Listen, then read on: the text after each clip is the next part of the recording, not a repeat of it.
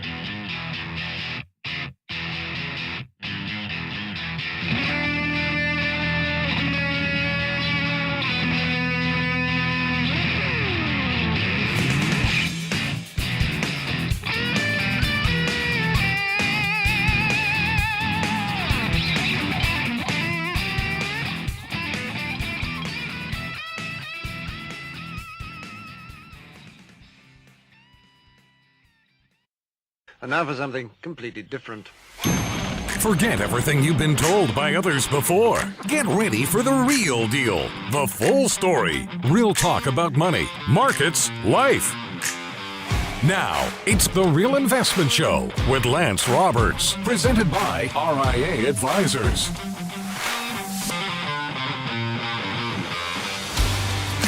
And good morning and welcome to the Tuesday edition of The Real Investment Show. Again, this is a holiday short week, so this is actually Wednesday. So I don't know. Anyway, Thursday, of course, is Independence Day and markets will be closed. Nobody is around this week at all. Volume is very light right now. So again, we're getting a lot of volatility in markets. We're going to talk about a couple this morning. Also next week, we're going to start out earnings season in earnest. So of course, we're going to talk a little bit about this morning. I have a new article out this morning on the website, realinvestmentadvice.com, kind of going through the Q2 earnings season and kind of what is going on with it. So again, that's on the website. We'll go through some of those charts today. John Penn joining me this morning, as well as, of course, on Tuesday. We're going to talk a little bit about questions he's been getting from clients as of late, which may apply to you. But also talk a little bit about what the heck is the value of having a financial advisor anyway, right? Especially these days where everything just goes up. Well, we're going to get into that this morning, so stick around. Interestingly enough, economic data continues to come in weaker than expected. The Atlanta Fed GDP, we had talked about this previously, about a month ago. About 2 months ago, actually, the Atlanta Fed published their initial GDP estimate for the second quarter. And that came out at about 4.2%. Well, the data came in weaker. We had weak retail sales. We had, kind of weak everything else. And that fell to 1.8, right? So a big drop, 4.2 to 1.8. It then rallied back. We had a little bit of spat of economic data that came in a little bit better than expected, kind of rallied back above, 3%-ish. We're about 3.1%. And then over the last few days, because of this weak economic report, PCE, durable goods orders, ISM yesterday, that GDP growth rate has now dropped to about 1.7%. So we're back down at those lows for the second quarter estimate. So remember now, first quarter 1.4 at the final revision. So it's 1.4% growth. If we come in, and let's just say the Atlanta Fed's right, typically they're always a little bit higher than what actually comes in. So let's say they're 1.7 and we get another 1.4, 1.5 for the second quarter.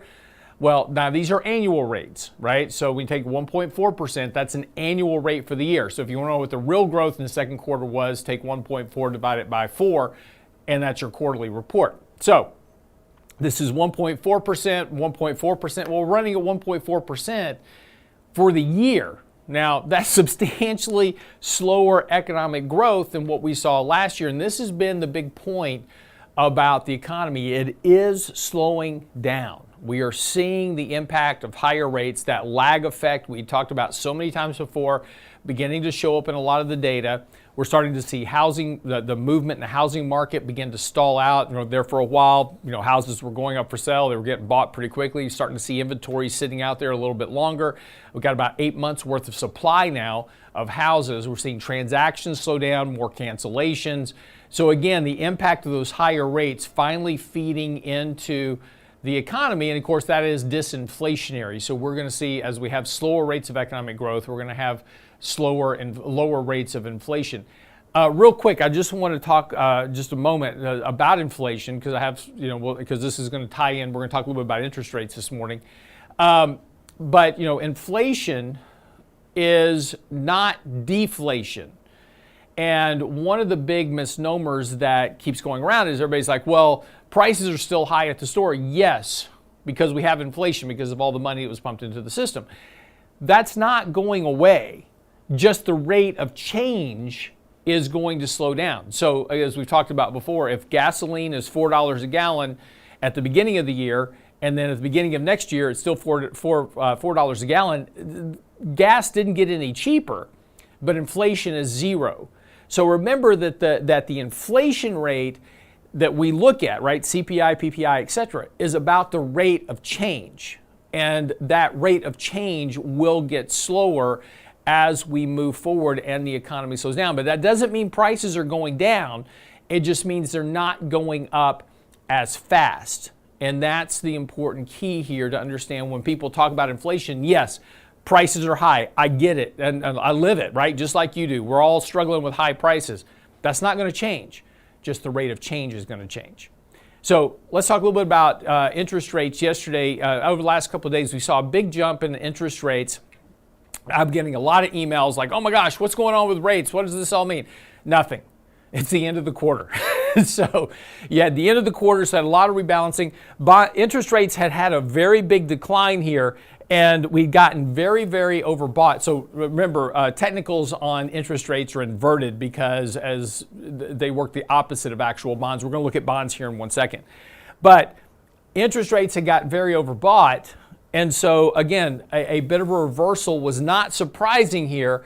And again, we're still just kind of stuck in this downward trend in interest rates. And again, everybody's kind of expecting interest rates to just make this big, massive drop. That's not going to happen.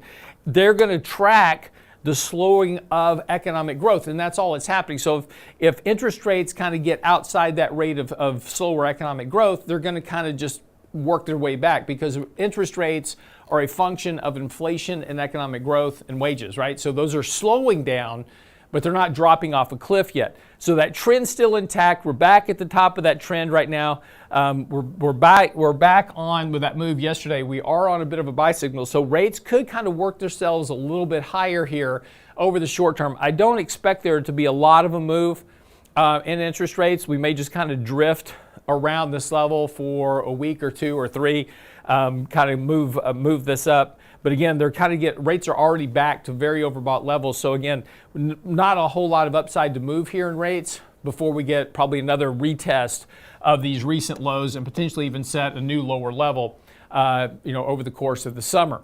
Now, that is one thing, right? So we saw this move in rates. Everybody's like, oh my gosh, what does this mean? Inflation's coming back, Trump's getting elected, whatever the excuse is. It's really just quarter-end rebalancing. Bonds had a big move. We had a lot of portfolio management that had to rebalance bonds and equities in their portfolios. So not surprising to see a little bit of that action there. But let's talk about specifically Treasury-related ETFs because the move in Treasury-related ETFs was much larger than the move in interest rates. And that's because here's the move. This first move was the function of quarter-end rebalancing. And my marker is going to work here in a second so I can show you this. There we go. So the first move was the quarter-end rebalancing in Treasuries. We had a lot of ETFs getting sold for quarter-end rebalancing. That pushed rates higher in the short term. So that was that quarter-end rebalancing. But then yesterday, in particular, there was another big drop in Treasury-related ETFs, and that was larger than the move in the interest rates. And got a lot of emails about, oh my gosh, what is going on here? Why is there such an outside move? Does this mean inflation's coming? No. This was the dividend for the quarter, because every quarter, these ETFs, some do them monthly, but long duration ones like EDV as an example, Vanguard's long duration bond ETF, issues their interest payments on a quarterly basis. So this was just the dividend, this was the interest income of the bonds in the ETF being distributed to you. So in a few days, that distribution is going to show up in your account in cash or get dividend reinvested or whatever. So again, be careful with these big moves that happen like this, particularly right at quarter end, because they can be deceiving about what's really going on. Just this is more of a fundamental thing that's going on right now than really just any type of economic analysis that doesn't really kind of jive with that. You're going to hear a lot of headlines, a lot of stories. This is just end of the quarter stuff. So just relax. It's fine. Long-term trends, economic growth, inflation, wages, that's what drives rates. Those are moving in the right direction as well. But that's what you need to know before the bell this morning. When we come back from the break, we'll pick up with John Penn. A lot of stuff to get into. We're talking about earnings, value of advisor, etc. All coming up on the Real Investment Show. Don't go away.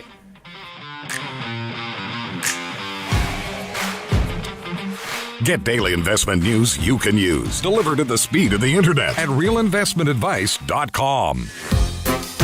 The Real Investment Show YouTube page has all of our videos ready for your easy access. From 3 minutes on markets and money to each day's radio shows like Technically Speaking Tuesday, Financial Fitness Friday, and the latest analysis from Lance Roberts and Michael Leibowitz. Subscribe and bookmark our YouTube channel for The Real Investment Show, or just click on the show links at realinvestmentadvice.com. When it comes to wealth management, most people think of stocks and bonds, but it's like enjoying one layer in a 7-layer cake. At RIA Advisors, we want to make sure you get your cake and eat it too. Social Security, Medicare, creating a tax-friendly retirement paycheck. Perhaps you're saving for college. How about life insurance, guaranteed income solutions, all along with comprehensive planning? At RIA, a holistic approach to your money is our priority. Call us today, 855-RIA-PLAN, or find us online at realinvestmentadvice.com. realinvestmentadvice.com.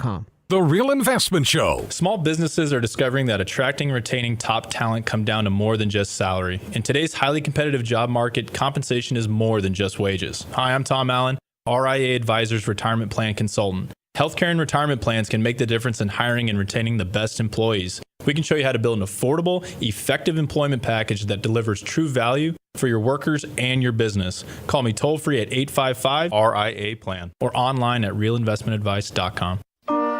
And now, another page from the Real Investment Advisors Investing Manifesto. Bulls win in bull markets. Bears win in bear markets. Eagles soar above and take advantage of opportunity. Let us help you soar as you reach your financial goals with RIA Advisors. Neither bull nor bear. RIA Advisors, 281-501-1791 or online at realinvestmentadvice.com. You're listening to The Real Investment Show. So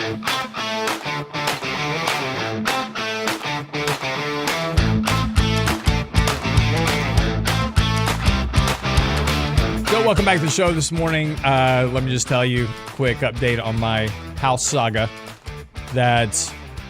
So the electricians came out yesterday, had to replace the entire panel on the house. And so this is a rental house, I told you. And so the guy that remodeled this house, he did it as cheaply as possible. Like when we first moved in, we could smell sewer, like a sewer smell.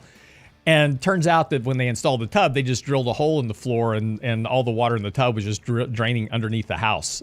It wasn't connected to a sewer line. So I had to have that replaced. So yesterday, they have to come in and replace the panel. Of course, I told you yesterday what had happened is that over the weekend, our internet had gone out. And so when the internet guy came out to replace the cable, he cut the cable. That was the only thing grounding the house, was that internet cable. And so when he cut that, house was poltergeist, lights flashing on and off, popping, power surges, everything's electrified, everybody's getting shocked, touch anything, you get shocked.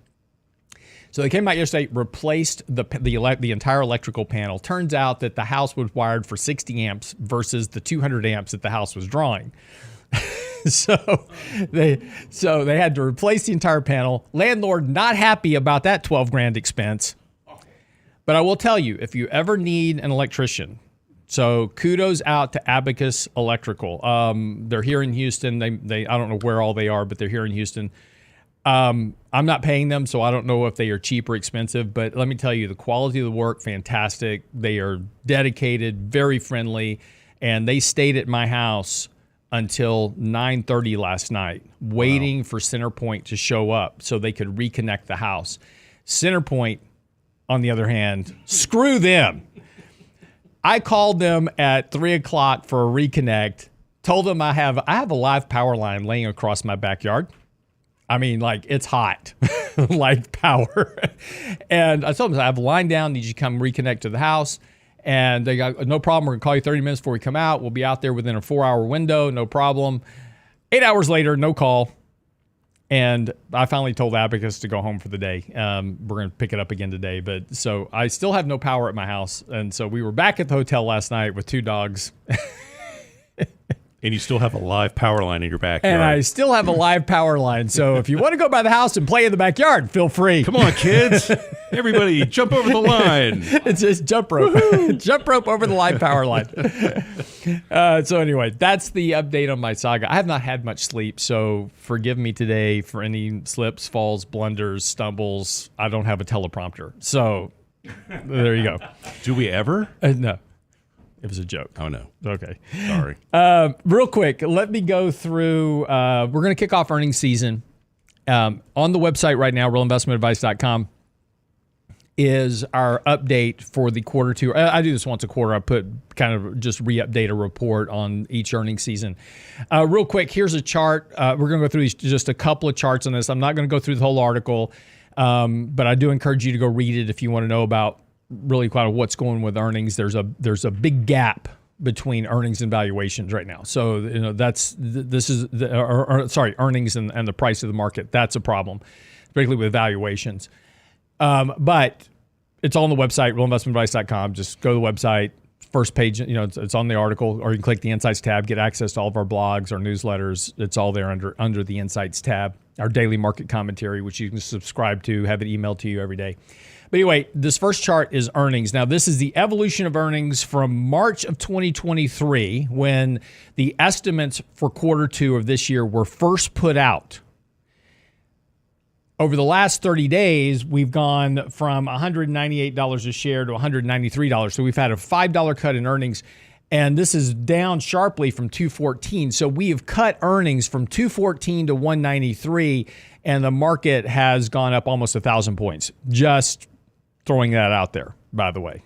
So a lot of expectations of very strong earnings growth for this quarter, because we lowered the earnings bar so companies can beat it. And again, this isn't surprising, but this has become much more egregious really since the financial crisis.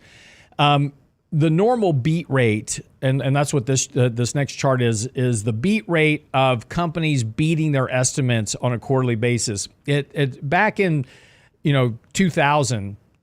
We were running right around 50-60% beats, which is kind of what you would expect, right? But because of this propensity to lower the earnings bar before earnings so that we can sell more, so Wall Street can sell you more stocks, the average beat rate now has risen to 70% up through about 2019. It's now 75% on average over the last several years, because the propensity to cut earnings estimates is getting more egregious every quarter. And again, this is operating earnings, which excludes all the bad stuff. Now, when you start talking about beating GAAP earnings, That's a very different story. But on an operating basis, we have lots of beats because we keep lowering that bar. Estimates even into 2025 are already being cut. So this chart is the evolution of earnings estimates for the second quarter and then through the end of 2025. We cut 2025 in the last 30 days. The full year earnings estimates for 2025 went from 251 to 242. So you've had almost a $9 cut in earnings just over the last 30 days in particular. And so this is kind of what's happening with these earnings estimates. So despite all this talk about strong earnings growth and they are expecting strong earnings growth, they always expect strong earnings growth. Wall Street never tells you that earnings are going to decline. It's always going to be stronger. You just find out after the fact that earnings decline, like in 2022. If you go back to 2022 as an example, in January 2022, earnings estimates were straight 45-degree angle higher. And of course, that's not how 2022 turned out at all. So again, you've always got to be careful with earnings. They're never right. They're on average 33% too high. And that just leaves you at risk of overpaying for assets. One of the big things right now is we have a measure of liquidity. And you take M2 divided by GDP, you get the M2 as a percentage of GDP, and that's kind of a measure of liquidity in the overall economy. That liquidity measure is declining rather sharply. That's why economic growth is declining, and that's why everything's going to slow down further, as that liquidity impulse continues to contract because we're not putting in as much liquidity into the overall market because we're not sending checks to households. But we can use that liquidity measure and compare it to the annual rate of change in the S&P 500 index. And there's generally a fairly high correlation between that liquidity measure and the change in the annual change in S&P 500. Interestingly enough, that rate of change in the S&P 500, the black line in this particular chart, is approaching levels that have normally marked the peak for the annual rate of change in the index. So again, just pay a little bit of attention to what's going on here. So there's a lot more stuff in that article in particular. I encourage you just to go read through it as we get ready to start earnings season. Because again, we're going to see a high beat rate, right? But the underlying valuations and the growth rate of those earnings are slowing pretty dramatically. And again, as we continue to go forward, as economic growth continues to deteriorate, those forward estimates are going to get cut. So be careful if you're buying stuff today based on forward operating earnings, which is earnings before all the real stuff that happens, like operating your business in reality. If economic growth slows, those have to come down. So just be careful what you pay for today, because it may not seem like valuations matter, but eventually overpaying for assets are going to lead to disappointment. And a lot of these tech companies are going to face a pretty tough bar, NVIDIA, AMD, et cetera, going into this quarter. So the bar is set pretty high for these companies. So we could see some misses this quarter in some of those more beloved stocks at the moment. So just kind of be careful. All right. Outside of that, hi, John. Hey, good morning. I'm good. Good. Yeah, doing great. Awesome. So we got a few things to kind of get through this morning. Want to talk a little bit when we come back from the break, because we're about up on a break here. But it's always interesting that financial advisors get a bad rap. A lot of them deserve it. They really do. Yeah. But it's always interesting to me is that what people think a financial advisor does and what actually happens are two very, very different things. They are. And again, this is why kind of our shop is set up a little bit more unique, because we actually have in-house portfolio management, we have advisory services, we have all these other things kind of broken out into kind of an a la carte menu, so to speak, yeah. I guess. But it's very different that people have one perception of what a financial advisor does versus what they actually do. Yeah, it's so a question that I get a lot, Lance, is, well, hey, if I'm going to, and kind of the biggest hurdle I think somebody might have with working with a financial advisor is, well, there is a fee, right? There is a cost associated with working together. And I think it's just kind of overcoming kind of that initial thought of, I may actually have to pay somebody for some help. And for what I'm going to pay you, what is the value? What am I going to get in return? And I wish I had a brochure where I could say, hey, if you're going to pay an advisor a fee, here's everything that you're going to get in return for that fee. And the challenge is that value that one person receives over another. It's so different. Right? Well, and again, I just think in a lot of cases, people misuse a financial advisor for what they actually are. Yeah. And so we'll come back and talk about it. It's an interesting topic that you brought this morning. So we'll kind of go through it. Okay, sure. When we come back from the break. Get by the website, realinvestmentadvice.com. The latest article about Q2 earnings on the website now. I've got an article coming up next week on private equity. No article this Friday because it's the 4th of July-ish. Friday, nobody's around. I'm also leaving for vacation, but I've got articles for you for next week talking about should you invest in private equity. A lot of big topics that'll be there for you. And of course, next week we'll be on vacation, back the following week. So we will have our podcast. So if you go to Apple, iTunes, Spotify, there will be podcasts for you next week to listen to, but no videos until we get back from vacation. So be right back after the break. Don't go away.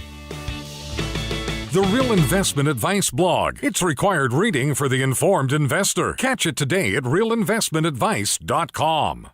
Oh, Red, I declare, I plumb missed that candy coffee. Whatever am I gonna do? Don't you worry, little darling. We'll watch it again on our YouTube channel. Why, Red, I never. The Real Investment Show YouTube channel has all of our past presentations, from Candid Coffee and Lunch and Learn to special topic discussions, and all of our live show recordings preserved for you. Subscribe now to the Real Investment Show YouTube channel, or look for the link on our website at realinvestmentadvice.com. Hi, Lance Roberts here. If you're like most people, your 401k plan represents the bulk of your retirement assets, and unfortunately for many, managing your 401k plan can be difficult. There's so many choices, so many things to consider. With just a quick email, a couple of questions, you can put RIA advisors to work for you managing your 401k plan. Just simply click Ask a Question at realinvestmentadvice.com or give us a call at 855-RIA-PLAN. That's realinvestmentadvice.com. The Real Investment Show.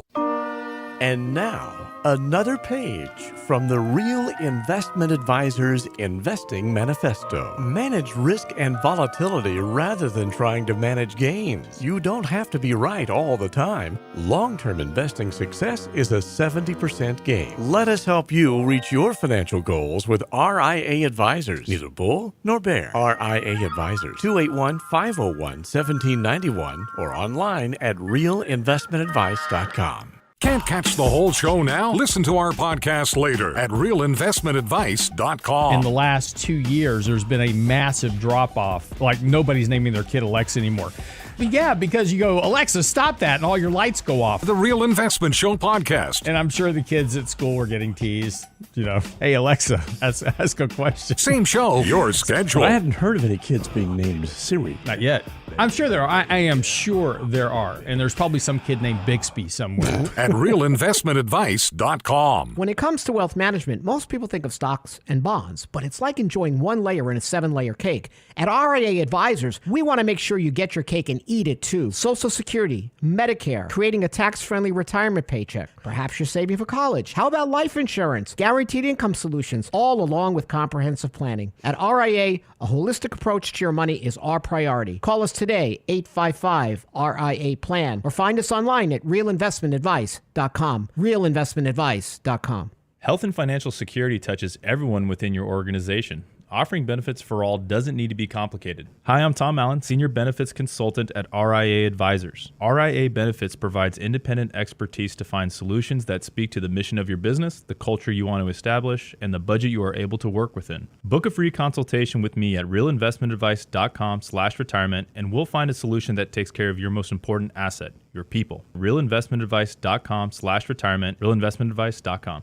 The Real Investment Show YouTube channel has all our videos ready for your easy access, like Technically Speaking Tuesday, Financial Fitness Friday, plus each day's radio shows. Subscribe and bookmark our YouTube channel at realinvestmentadvice.com. You're listening to The Real Investment Show.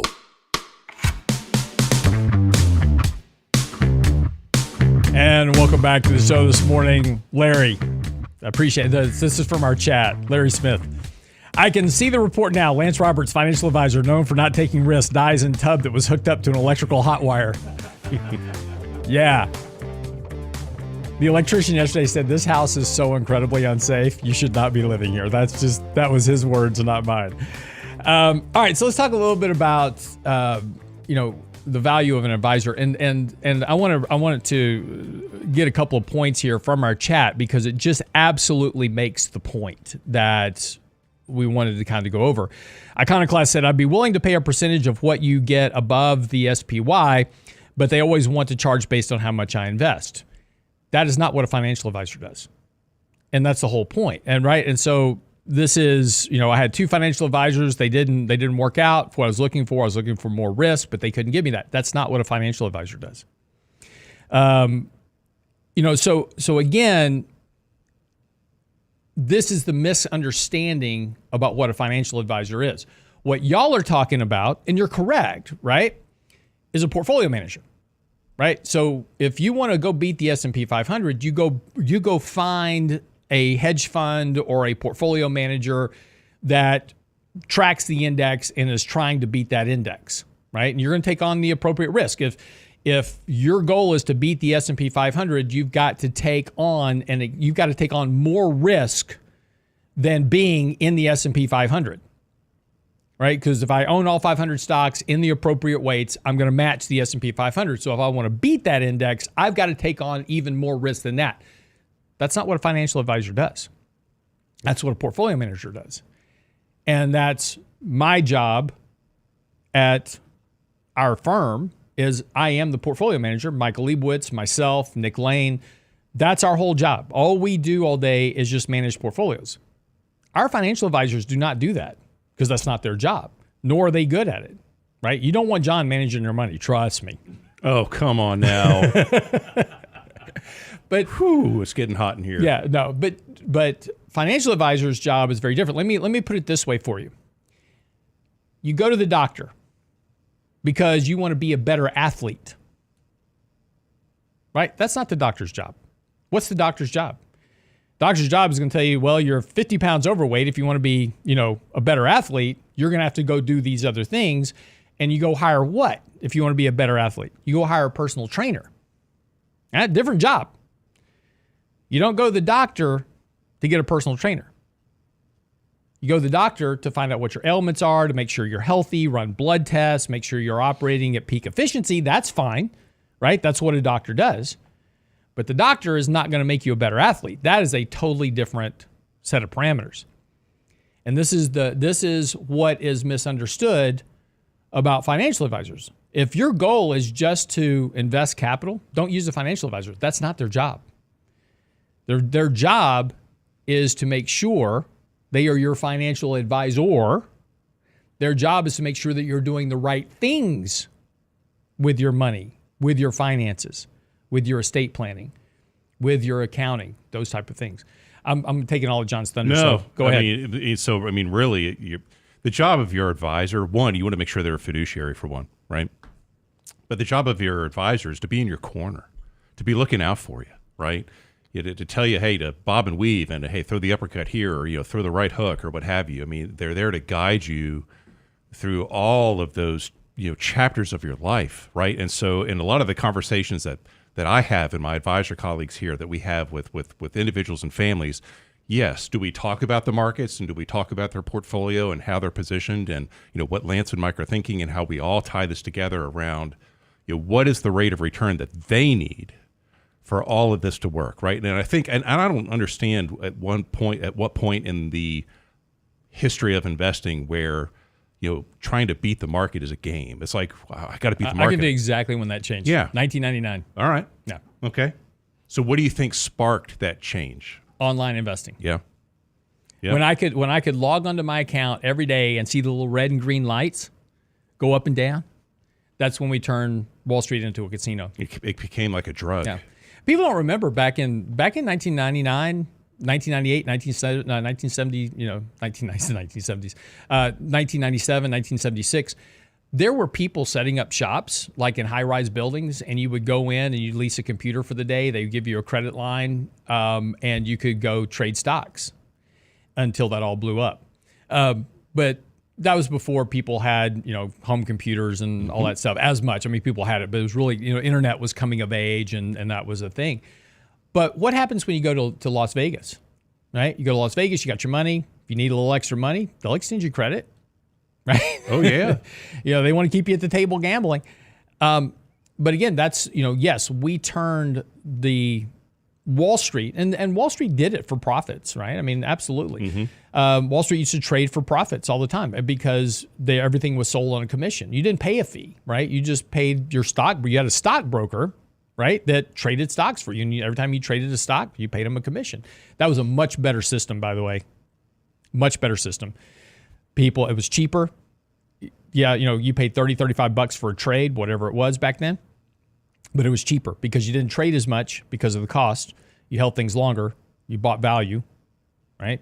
So ultimately, in the long term, you did a lot better. But Wall Street goes, hey, you know what? If we can annuitize our business, we can put everything into an ETF, tell people, or a mutual fund, tell people to just, you just continue, stick money in this every year. We're going to charge you a flat fee. That was great. Annuitized all of Wall Street's business, hugely profitable. I mean, I remember I was back at Schwab back in the late 90s. I mean, I remember before the internet was really a thing with trading, I was the one who replaced all the value line reports in the big binders. Remember those? Yep. And then all of a sudden you could trade online, and it was, I don't have to call my full commission broker anymore. I can just pop online through schwab.com or at the time even Fidelity and pay what, $8.95 a trade? Yeah. I mean, it's crazy. So it just created the feeding frenzy, right? Right. And this is where the misnomer has now come along, because we used to have stockbrokers back in the day. And stockbrokers were stock jockeys. That's what they did. Their job was, Wall Street had shares to sell. They'd call you up, say, hey, John, how you doing today? We got this company right now, General Electric. It's on fire. You need to buy some shares. Okay, I'll buy 30 shares. All right, I'll send you the confirm. And you trade stocks. That's what stockbrokers were, salesmen. And so you had a stockbroker for that. They didn't do financial planning. They didn't do estate planning. They didn't do accounting issues. They didn't care about any of that. It was about just trading stocks. Yep. That's what they did. And it was a fair and honest business. People didn't like it, but it was a fair and honest business because every day I had to sell something. And if I was a good salesman, I did great. If I was a poor salesman, I didn't make so much money, right? But then we changed this to this annuitized business structure, and the advent of the financial advisor came around. And this is where it's like, okay, look, you really don't need me to manage money anymore. You just stick it into an index. And this is why most financial advisors you go to, they will put you into a basket of ETFs, and the whole premise is just to buy and hold, right? You just dollar cost average into ETFs. You kind of track along with indexes, and you're going to be fine at the end of the day, because that's not money management. That's not what they do. Their job is to talk about, okay, we'll put your money in the markets. Markets historically return 8 or 10% a year, whatever it is. So if we just assume 8% a year, you're going to have this much money by the time we retire, assuming no bear markets, no recessions ever occur, right? It's all good. Let's talk about your other stuff. Buying a house, buying a car, all those type of issues. Yeah, so great example. Yesterday, I have a conversation with a gentleman who is going to be, he and his wife are going to be coming on as clients. And in my first conversation with him, the conversation kind of started talking about the markets and looking at numbers and looking at the Standard & Poor's 500 index and getting into interest rates and all of these things that we are also kind of in the here and now, right? And we kind of got through that. And then our conversation really became real. And then now we got to the real stuff. And he said, John, 2 years ago, I've been in remission for cancer for the last 2 years. I've been fighting cancer and I beat it. And I've been cancer-free for the last 2 years. But I'm concerned, heaven forbid, if something happens to me, that I want to make sure that my wife and my son can work with a trusted advisor that can help them navigate through things moving forward if for some reason I predecease them early. That's when it gets real, right? And that right there is why you're looking for having somebody that's in your corner, not to just help take care of you, but also, heaven forbid, if something happens to you, taking care of your loved ones. Right. Yeah. And, do you think the topic of fee even really came up in that conversation? It was, that for what we are going to do for him and his family is going to be worth every penny. Yeah. Right. And I think that's the important point because, again, there's so many aspects. And it was funny because we were hung up yesterday with the electricians waiting for Centerpoint to come out because they were nice enough to stay. I fed them dinner. By the way, thanks to Houston's barbecue company out in Katy, they delivered all the way to my house. It's great barbecue, but they drove it all the way to my house yesterday. So DoorDash did, I should say. But great barbecue. Anyway, so I fed them. We're hanging out. And it was interesting because I have in my garage, the garage at my rental house is converted to an office. And so I have my backdrop for videos and stuff like that. So they saw the backdrop and they go, well, what are you doing? And so I explained what I did. And then they started, and then came the questions as we were sitting around. And they were like, well, I'm trying to buy a house and it's just so expensive. And I'm trying to do this. And how do I get to, how do I get to where you are? And it's like, so we were talking about all those things.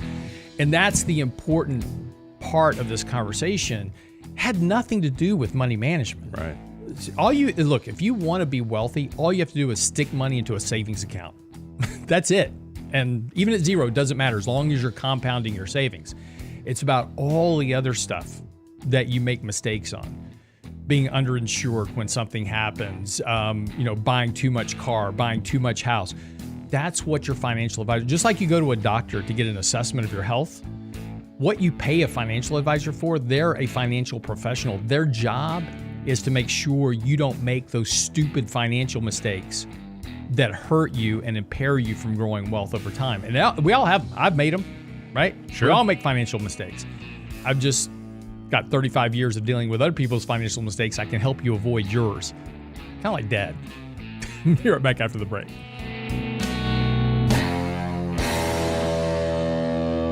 Get daily investment news you can use, delivered at the speed of the internet at realinvestmentadvice.com. In 1999, a parafiduciary group of financial advisors were busted by corporate giants for trying to operate in their clients' best interest. These men promptly escaped from a high-cost margin environment to the Houston Energy Corridor.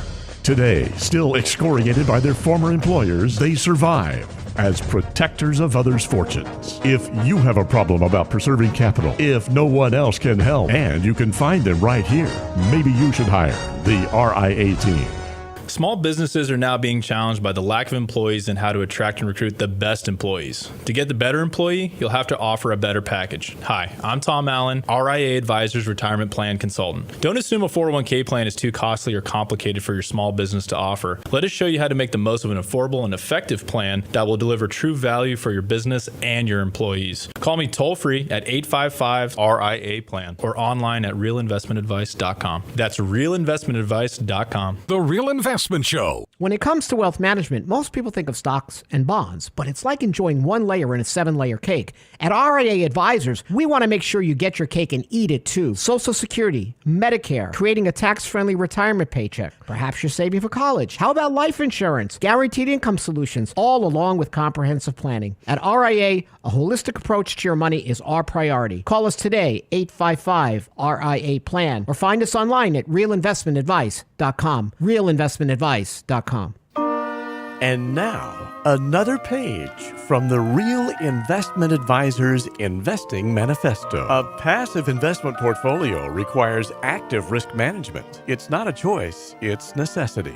Diversification doesn't protect against risk of loss. Let us actively help you reach your financial goals with RIA Advisors. Neither bull nor bear. RIA Advisors, 281-501-1791 or online at realinvestmentadvice.com. You're listening to The Real Investment Show.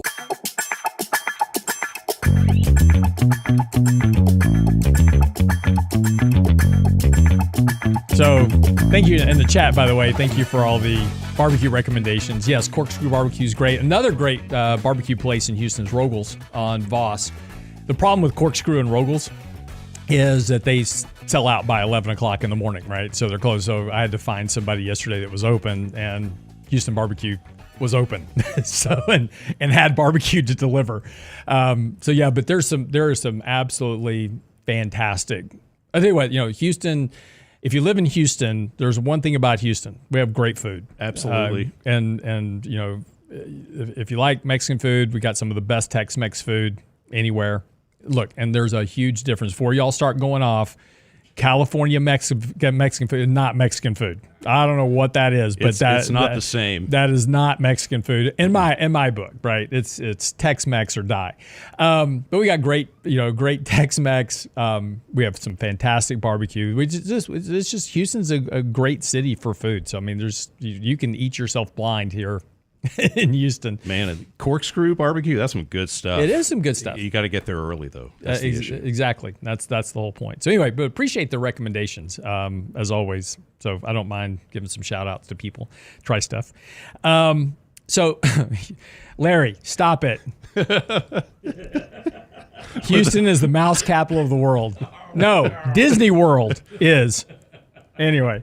Should bust out into It's a Small World After All right now. I feel it coming. This is Larry. Come on, man.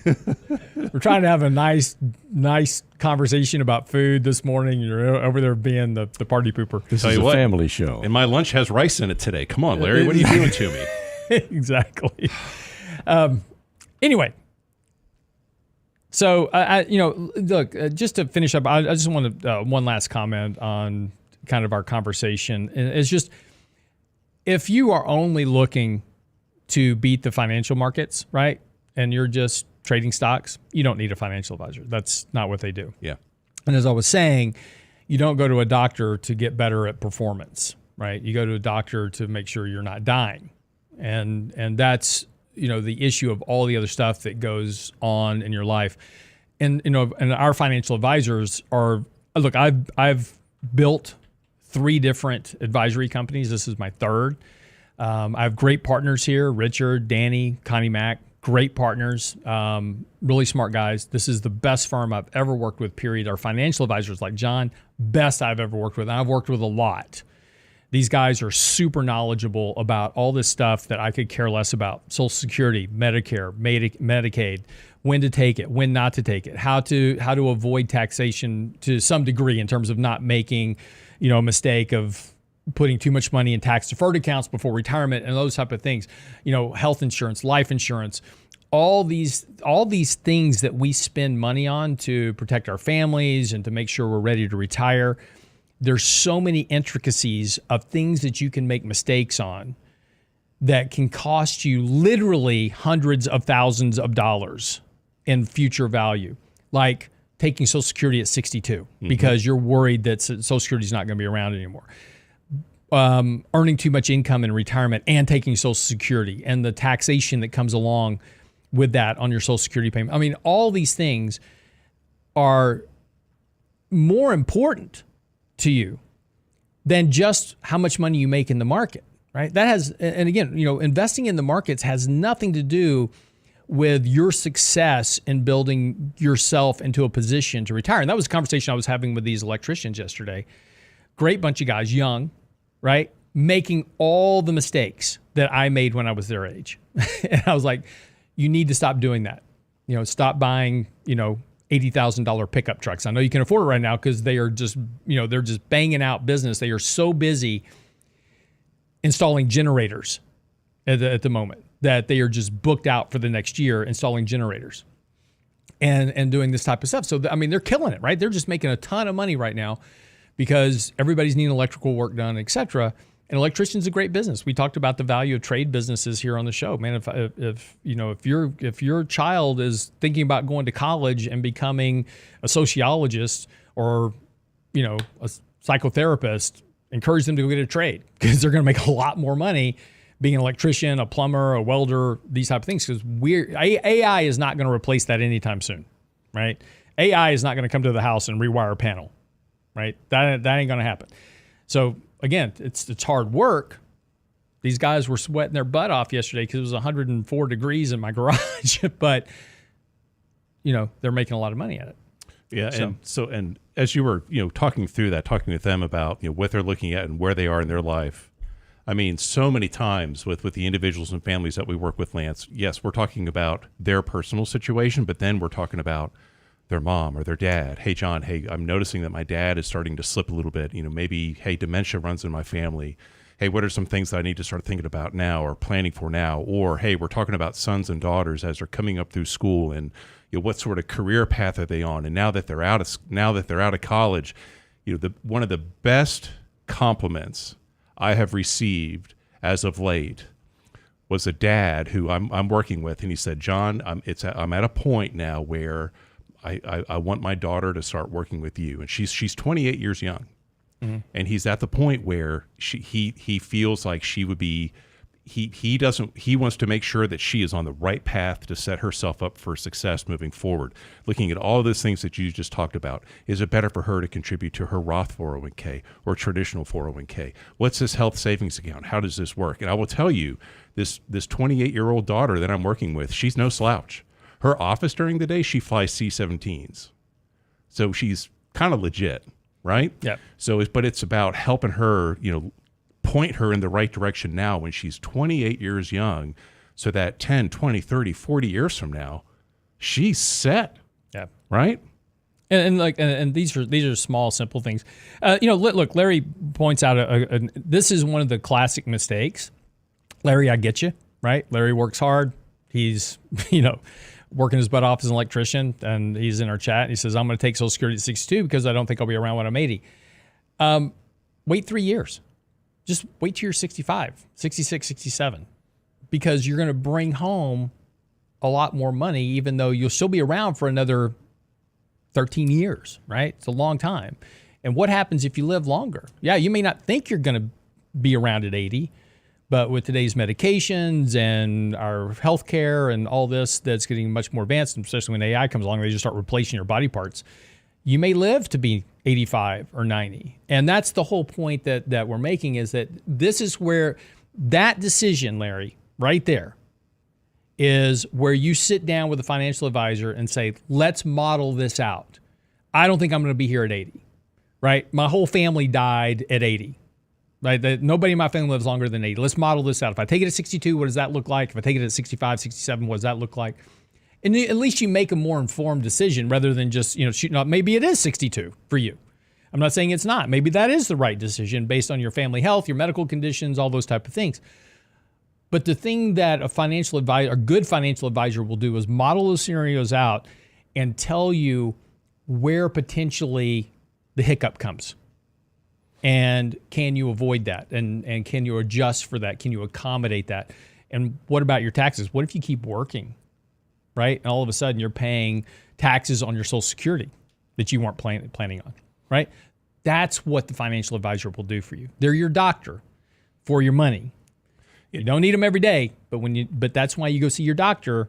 You get a health checkup. You go to your financial advisor on a regular basis, get a financial checkup, make sure everything's doing the right thing. We're just here to help you, avoid making that knee-jerk reaction that could be detrimental 5, 10, 15, 20 years from now, right? Or, and so great points in the chat here about, Eric makes a great point. Hey, Social Security will be gone 5 years or less. Okay. I mean, there are definitely issues with Social Security. We've discussed this in great detail here on the show. There is no way Social Security is going to go away. You want to talk about riots in the street here? That would cause it. Now, could there be some changes where, like for me, my full retirement age is 67 because I was born after 1960. Could they, later increase or, ask me to, change my full retirement age to 68, what have you, or raise the wage base that you're contributing to Social Security? Sure. I mean, there are some things that can be done to kind of fix this math problem that we have. But, Lance, to your point about, Larry, let's say taking your Social Security at age 62, maybe that is the right decision. But you know what? Do you have a significant other? Are you married? What about, heaven forbid, your surviving spouse? What about a widow's benefit for them? And what if they have longevity? And you want to make sure that you're setting up your surviving spouse for financial success as well. So sometimes that Social Security decision, it's not just about you. You have to look at this from a family aspect of things. But then, to the Lance's point, what if you live? I mean, there are a number of individuals that I work with where their parents passed away at a much younger age, and they've already outlived mom or dad by 15 to 20 years. Yeah. And trust me, I don't want to live that long, but I know God hates me. He's going to keep me around forever just so my wife can torture me. So whether you have a good house or not, exactly. You don't need plumbing. It's interesting is that, we had such a good run there going for about a year. We had nothing going wrong. Everything was fine. In the last month, it's been the house. I've had 2 kids at doctors, with issues, nothing major, right? And I told my wife yesterday, it's like, I know this is challenging, but we have to be thankful that it's just this type of stuff. And everybody's healthy. We're not dealing with somebody in a car crash, and there's so many things could be so much horribly worse to deal with. You always have to be thankful, for even the bad times when they could be so much worse. It's frustrating. It's very difficult right now. I mean, I'm trying to move my family all over town to try to get them shelter from the heat, right? But it could be so much worse. And so we always have to be thankful for all the good stuff we have, even though there's problems in life. So always try to be optimistic. Larry, be more optimistic. There is not poop in everything. Okay, I'm Larry? going to pick all the rice out of my lunch later. Exactly. So, Larry, be some optimism. It works as good as vitamin D for making you have a better day, buddy. All right. Wraps up the show for today. We'll be back tomorrow. Danny Ratliff will join me. And, of course, we'll talk more about the markets, what happens today. Looks like we're going to open a bit weak today. We'll see how we finish up. So, have a great day. See you back here tomorrow.